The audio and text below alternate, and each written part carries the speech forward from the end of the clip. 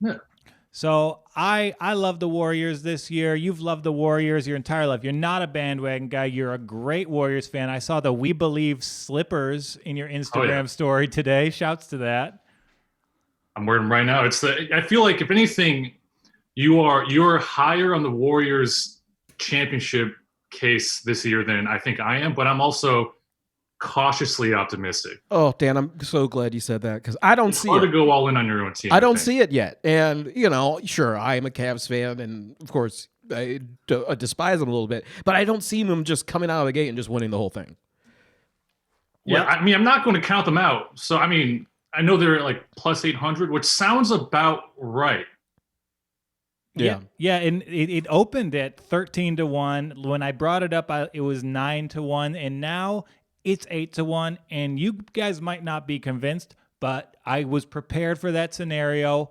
So I created 3 arguments why I believe the Warriors are the front runner for the 2021 NBA title. Okay. All All right, all right. right. All right. So, as many of our listeners know, as you guys know, I got smart in the last 5 months. Ooh. I'm no longer a drooling moron. So, my first case for the Warriors has to be the statistical case. Oh, you're right. Because Okay. you're smart now. Yes. So, I found He's got a. glasses. Yeah, I put on my glasses for this one. They're fake. I got them from the wardrobe department from the film Zodiac. Oh boy, that was a reference to like a secondary character in one scene. I don't think anyone's gonna get that. I think No. that's like the longest movie ever, too. I don't think I ever finished that. Yeah, I mean, Come on, that's a Bay Area talking point. When I lived in Vallejo, I went to all those murder scenes. You didn't go there on like school You field live in trips and stuff? Vallejo? Yeah, I was homeless in Vallejo for like 3 months in 2008. It ruled. Nice, man. The Valley Joe. You know that E40 stuff, dude. Yeah, I lived right next to Six Flags in a trailer park. It was awesome. Oh, yeah. I You know live I next to Lin Manuel now, and then E40 then. You got it all. yeah. I'm more of a Mr. Fab guy, but E40 is fine for me. Yeah, yeah. Do you actually ride the whip out there? I mean, I grew up in a very suburban area in a suburban high school, and we definitely tried it. It was mandatory to give it a shot, but I don't think I did it the way that it was portrayed in the music videos. I'm still into it. I ghost rode a Revel scooter the other day. It was awesome. that's not Nice, safe. nice. That's I was not- ghost riding my bike, and then I fell off, and that's my need. That's how that all happened. Yeah, see? but didn't you have an entire comedy show be your nurse for that? Yeah, I was riding my bike to a comedy show, and then so close, and then had enough alcohol and adrenaline in me that I completed the ride. And then the bodega guy basically just rubbed alcohol on me, and some comic had band-aids, and I'm good as new, man. Wow. That's teamwork right there. Absolutely. Okay, so back to the numbers. I found a model, and it kind of indicates that the stats with the most correlation with wins are assist to turnover ratio, true shooting percentage, and if we discard the 2020 kind of bubble season, if we are to go with this model, which is I got from medium.com, and if you were to compute that over the past 5 seasons, the Golden State Warriors, every one of their teams is the top 7. Okay. So I mean, you said you use the word compute like unironically, so I have to believe everything. yeah, I'm not even making it. And like along these lines, like just watching this over the last decade of the NBA, we've seen the mathematic advantage of having great 3-point shooters. And of current players, Yeah. 2 of the top 5 current players are Steph Curry, Klay Thompson. They're the only people with that kind of usage rate Yeah. in the top 5. The others are like Seth Curry, Kyle Korver, and I think Joe Harris is the 5th. Okay. All right. So just mathematically speaking, having 2 guys in your starting lineup who can hit 40% from threes, that gives you a distinct advantage, especially over a post team like the LA Lakers. Yeah, I think it makes total sense, especially they're guys that hit threes, and they're not just kick out corner threes. They're create your own crazy. Like I think the only other guy I can think of is like Dame Lillard, maybe Trae Young, that hits a similar kind of like insane 3-point shots. Yeah. Yeah. And they create their own. Yeah, and Steph is defended in such a way. Draymond Green is such a wonderful distributor that Klay Thompson's always going to hit those open threes. So if you have someone who you know is a big game shooter who can hit at such a high volume and like convert it like a decent amount of clip, I don't think any team in the league has a match for this.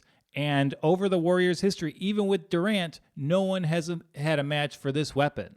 Did you say that they've been on those two shooters? That they've been in the top 5 of that percentage for how They're the top 5 of like current players in 3-point per shoot All right. percentage. But what if Steph doesn't? What if he loses? What if he gets space jammed and he gets all the juice sucked out Oh, of him? come on, Brian. And like the biggest argument for this is taken as a plot point from a children's movie from 20 years ago. That's so true. I think it's pretty solid there. Yeah, I know Steph's gonna come out and just light the house on fire. I do that like that. Joel's first case was this like very like dense statistical analysis, and mine was like Steph grew his hair out, which means he's confident, man. Yeah, He's grew his braids, doesn't give a fuck. and Yeah. mine was about Space Jam. Yeah, he's doing the one thing he knows LeBron can't do: grow his own Exactly. hair. Hit him Oh, that really is mean. I He's mean, got to keep up with AD's braids. yeah. Yeah. I mean, that was my favorite part of the bubble is like there were only 5 haircuts that the bubble barber could do, and every Laker went through all of them. I'm surprised we didn't see Caruso with braids at any point. Oh, in he time. wanted to. My dude wanted to. Yeah, that you could tell from his Twitter account. He was just trying to be woke enough to pull off cornrows. Yeah, he's gonna try to. He's gonna get him. And like, think back, 2016. I mean, Brian, you had your wonderful title given to you by Matthew Dellavedova, Deli.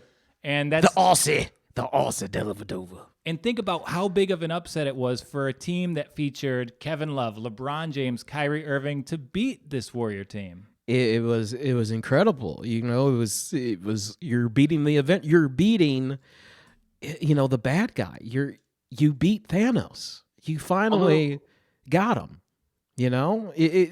When it's an uphill battle, and you always see that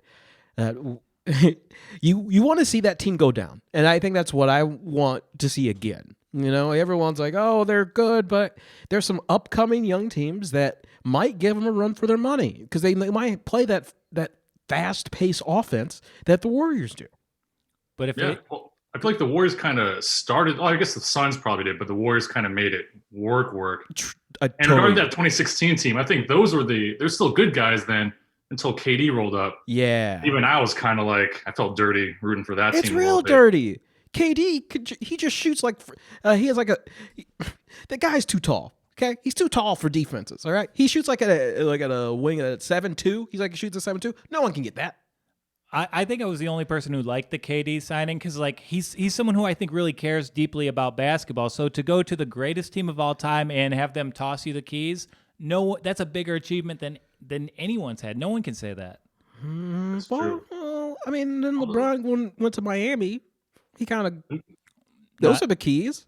He earned the keys. I'm going to make you read a book about that. Oh, okay, Yeah, all right. You're going to read The Soul of Basketball by All right. Ian Thompson. It's Okay. all about how LeBron had to earn it in Miami. I love And it. I'm the in. soul of basketball. My man's researching the stats and reading about the soul. He's got the brain and the heart of the sport. Look at that. You can't beat that. Like- I'll say this: now that KD's in Brooklyn, I feel like if I did run into him, which in my head is like bound to happen, even though Yes. it'll never happen, It will happen. I'll shake his hand and talk about losing hair and stuff with him. I don't give a fuck. Yeah, if I ever meet KD, he's going to be so put off immediately. It's going to be heartbreaking. I'm gonna be the first guy to go up to KD and go like, "Yo, you were great on Billions." He's not gonna like that. Okay, so I think the math just blatantly it favors the Warriors, and Okay. I think the thing where I can really convince you guys is the calendar case. This was a grueling season for any of the contenders. The NBA did their players absolutely no favors Dirty. in starting this new season Yeah. on December 22nd, and that's a very quick turnaround. And I think that's an almost unfair advantage for the Warriors. Steph and Klay will be fresh. They'll be fully healed from injury, and none of these injuries are things that I expect to seriously affect them. Yeah, I agree with that. they're going to be super, super excited to, you're going to have a pretty good first 10 games of them just dominating teams, I think. So, they'll get that nice cushion. It really just depends. Can they stay healthy? Can Clay stay healthy? Like, is that injury good? I know we were talking about this a couple shows ago that after that type of injury, it takes a year or so plus to get better and feel comfortable. You just haven't been on the NBA court. Like, yeah, you can practice, but Yeah. I like to imagine Steph and Clay got hurt just like riding their bikes to a comedy show drunk as well. But I think their styles are like, obviously they're not going to be as young and nimble as they once were, but they're shooters. And think about how effective Reggie Miller, and I think these guys are better than Reggie, how effective he's been, even late into his career. That's a good point. point. I think in terms of the calendar case, I feel like even going to last year, the Warriors basically had an elongated trial preseason for an entire year where all the young guys got a chance to play, kind of get a chance to develop them. Mm-hmm. They're probably ahead of the curve in terms of their development. And so I think, the calendar case is probably the strongest case, much more than, the nerd ass numbers, I'd say. And, I think that Klay Thompson, you think like, oh, he got hurt last finals, he's gonna come back, but it's been 18 months, and Klay, he's not been injury prone. He's missed less than 15 games in his entire career, Mm-hmm. so he's not someone who has these little nagging things. True. And I think public perception of Draymond is totally wrong. Like, he got turned into a punchline on Twitter last season, and watching what I did of the Warriors, he was fantastic. He's in shape. He's leading the break. He's still playing great defense, and still a terrible guy. Well, you need some terrible guys. You need some terrible guys, and I'm okay with that. What's terrible about something I gathered, even just watching the bubble teams where you're kind of siloed off, and you kind of get I felt like you got a better feel for how each team was made up, not just talent wise, but personality wise. Yeah. And a lot of those teams that say the Nuggets, Jazz, a lot of these really good borderline teams, I think if they had a Draymond, that could have put them over the edge. Right. They need a henchman. They need that henchman style. Like, if Paul Millsap was a henchman, then, you're good. But he's just bad at and basketball. This is exactly what I'm talking about. You're saying, he's a henchman, he's an evil guy, but really, he's a historically significant defensive player. Yeah, no, when I say henchman, he's that guy in the WWE, that you hate, but, he always wins. And that's Draymond. And that's a good comparison because he will someday be in WWE 100%. But that's him, and that's okay. And, you got to have, as Dan was saying, you got to have him. My hope is that I feel like they had a long summer, and I would hope that I've thought this throughout, if Draymond could develop even a semi-usable three-point shot, ooh, I think that team's broken. Yeah. If you could hit it at if there's no reason he can't shoot at a PJ Tucker type clip, If you can do that, it's over. That's true for Draymond. That's true to anyone listening. If you're hearing this, even you can shoot That's at true. a PJ Tucker-esque clip.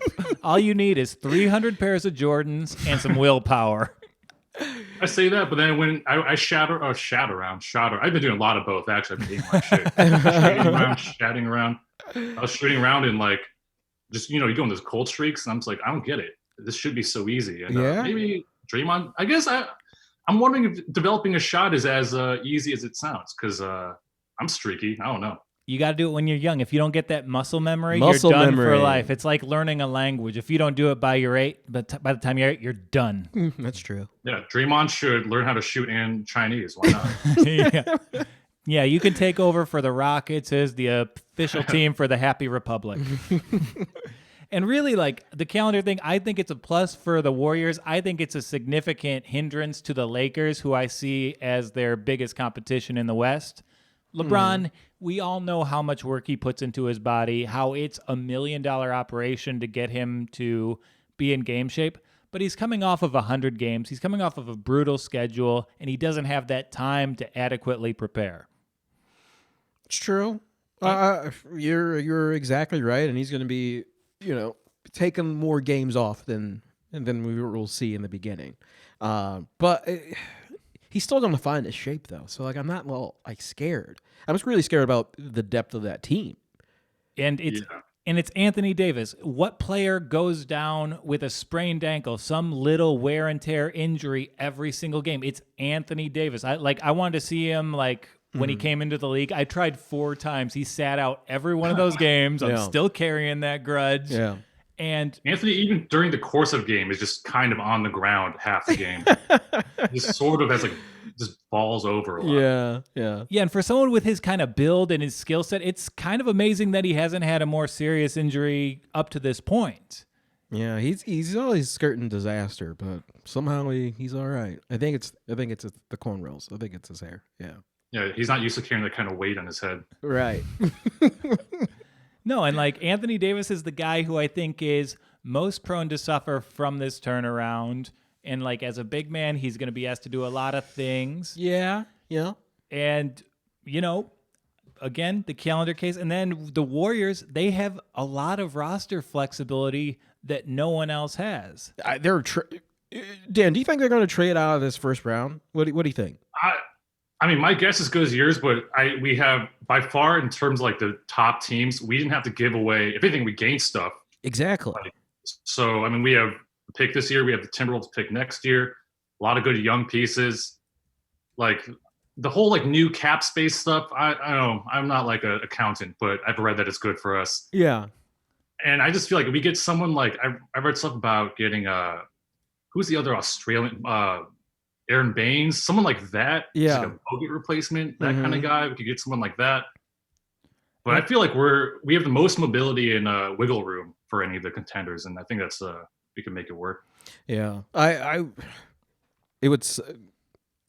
Hassan Whiteside would be really good with the Warriors, I think that would be a good sign. That's wild, but Hassan's a guy who's underachieved everywhere. His teammates hate him, but Golden State, it's about the culture. Even a guy like Wiggins was such a different player in Golden State. Right. Like Golden State. Marquise Chris was kind of a huge like. I remember I hated Marquise Chris, and then he joined.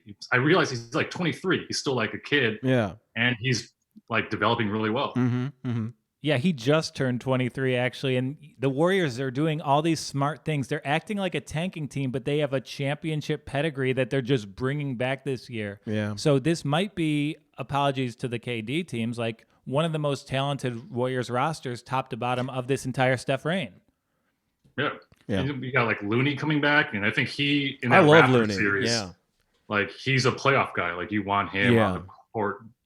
And he could like stick KD. No, I mean, no one could stick KD or 80, but he could do all right. He can get some boards. He can play some of those like tough minutes. Right. Yeah. It's really about how can you slow them down. You know? Yeah. And with the Warriors, there's also they're able to change, but they also like their like biggest pieces haven't changed because they have the most continuity of any of these contenders. Right. So the Clippers, they're probably going to make a big move. The Rockets, they're going to make a big move. I hear the Nuggets, they are on the table too. And if you go through these Western contenders, there's going to be all these changes for everyone outside of the Lakers. And then the Warriors, they're not only stepping to the plate with the best roster, but they have either the first or second best coach in the conference, maybe Rick Carlisle. Yeah, I mean, all those teams are true. Memphis Grizzlies, if let's say you get Warriors in the first playoff round, Warriors Grizzlies. If they tire them out, and the Lakers have enough time to, they won't reach them right then or wherever the seeding is. Hey, if you tire these guys out, they're not in playoff shape. The Lakers are in playoff shape already. That's the advantage the Lakers have. Yeah, but the Lakers, they're going to get usage injuries. They're not going to be able to approach this season with fresh legs whatsoever. I mean, I really think when you're going to talk about the Golden State Warriors, the one team you need to put them up against are the Los Angeles Lakers because I think they're by default better than anyone else in the conference. Yeah, I think this comes down to, I feel like analyzing Lakers is pretty simple. It's just like, is LeBron going to be able to keep doing LeBron stuff again? Right. And so far, he's always been able to. Yeah. But we saw a Miami Heat team without Dragic and Bam Adebayo still have some success against them in a finals. So if you get Steve Kerr against Frank Vogel, I think that's a huge advantage for the Warriors because LeBron teams, they're great, but they're not great at adjusting. Yeah. And that Heat team definitely overachieved. And like at the end, with all the injuries, like Jimmy Butler. I don't think any. I mean, we all became huge Jimmy Butler fans, but he's not a number one guy on a playoff team. No. No, and it's going to pain me so much when I put in my Heat under bet for the season, but that's absolutely hitting. Like I'll just digress for a second here. You see how hard the Heat played. Like that team's being asked to start their season in a month. Give me a break. That scrapes up against the very limits of the human possibility. I don't know. Hey, the Heat have time. They can make a little free agent splash, make a little trade, you know? Yeah, but There's so much movement to be done. Right. And the Warriors, there's maybe one move that they could make with that number 2 pick. I think they're going to stay put and take James Wiseman. But I think all of the rapidly moving, like, just moves of other teams, they're going to hold back those teams in a shortened season. True. I think the Wiseman pick makes the most sense, and I see a lot of and you guys you're a Pistons guy, and that's like kind of my team I follow secondarily back in the day, and I see a lot of like parallels with the Pistons with the Chauncey like Wallace's team drafting Tayshaun, because it's like a guy that fits what they need. Maybe not the best guy, like Anthony Edwards could be like a mellow type. Yeah. But I think Wiseman is just the perfect fit for what the Warriors need. Yeah, and Wiseman, I mean, he's far and beyond where Tayshaun Prince was as a prospect, and just like his size and athleticism alone, like you're throwing a DeAndre Ayton type on the Warriors, and you're not expecting that to move the needle. And Wiseman can score the bucket. That's the thing that can. So then you don't have Steph. You don't need Steph like to always win the game. You can control the game in multiple ways. That could be. Ooh, if they stay put and just get Wiseman, yeah, don't make a move. Don't trade that pick. Stay put. If you add a lob guy to this already historic offense, goodness. it's game over for everybody. Goodness. I think best case rookie year, if Wiseman can just do what like JaVale McGee does, I think that's good enough. Yeah. Yeah, and he'll do that, and just like by virtue of him having like an insane NBA frame, he'll be a top 15 center from day one. Do you get some Steph Curry insurance or Klay Thompson insurance, like player wise? No. If Steph goes down, the whole thing goes down. You need Steph. Klay, you can survive a little bit without him, but I think Klay will stay healthy. And then we have the rehabilitated Andrew Wiggins in the mix as well. True. So look, it's crunch time. Game 7 of the Western Conference Finals. The 5 on the floor for the Warriors could well be Wiseman, Draymond, Wiggins, Klay, and Steph. Yeesh. Meanwhile, Alex Caruso is guarding Steph Curry in this scenario. I gotta say I like the Warriors here. I even think I'm more excited about like Jordan Poole and like Eric Paschall over Wiggins in a way. I feel like Wiggins, you kind of know what you got and he's fine. But those guys, like the rookies last year, played really well, and I could see them making like a Tyler Hero-esque kind of jump, even though this is his rookie year. But yeah, one of those guys, there's like Ty Bowman. If one of those guys makes kind of a leap, then you got another, almost like Spencer Dinwiddie. Someone just kind of comes out of nowhere, which could be a solid 6th or 7th guy. Yeah, and they're gonna be better because they had those first team NBA reps last season. Like they're gonna be such a better players than you remember them being. And I just think top to bottom, this roster is going to be ready to go and in the best shape of any franchise in the NBA right now. I'll give you that, but I don't like it.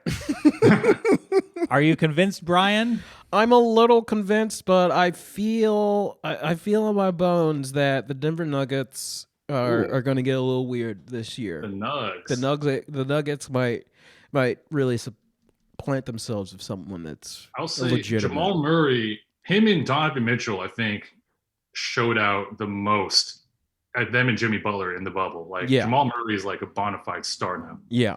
Well, just when he's got that alligator blood, you know, he's got that like, give me the ball.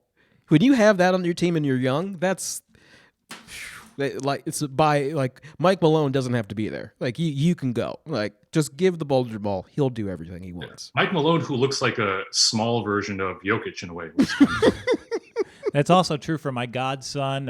He's kind of chubby, but you know we love him anyway. We love him, yeah. Yeah, I mean the Nuggets I could see getting there, but yeah, I like them. And just generally speaking, approaching this NBA season, take the over bets on young teams with continuity. I think they'll be a good bet to pay off. Like Yeah. a team like Atlanta, they're all in on this season. Mm-hmm. They have to win. They're going to make a move for a win now piece. So I like the Atlanta over. You think Drew Holiday is that a spot there he can go? Drew Holiday is linked everywhere. Of course, he's linked everywhere every year. I bet Drew Holiday's homepage on his computer is hoopshype.com/rumors. That was like Spencer Dinwiddie's been tweeting, just like quote tweeting rumor tweets about him. It seems like he doesn't know either. I know. He's like, just tell me where. Yeah. Give me the address. I'll go. Like Drew Holiday and Bradley Beal are the two guys that could drastically shift everything we just said, depending where they go. Yeah. Is Drew Holiday that caliber of player? Yeah, I think so.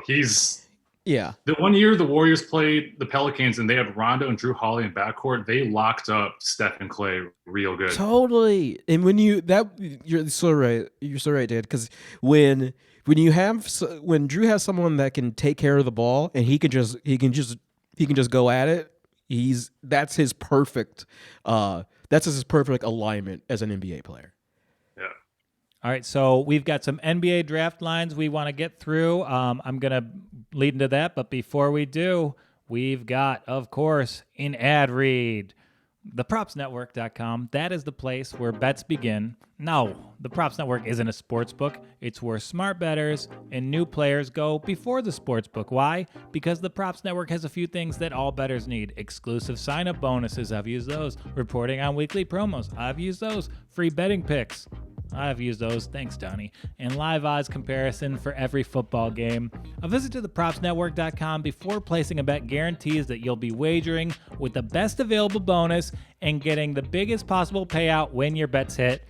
This week at the Props Network, you'll get $30 free bets, no deposit required from Unibet Sportsbook.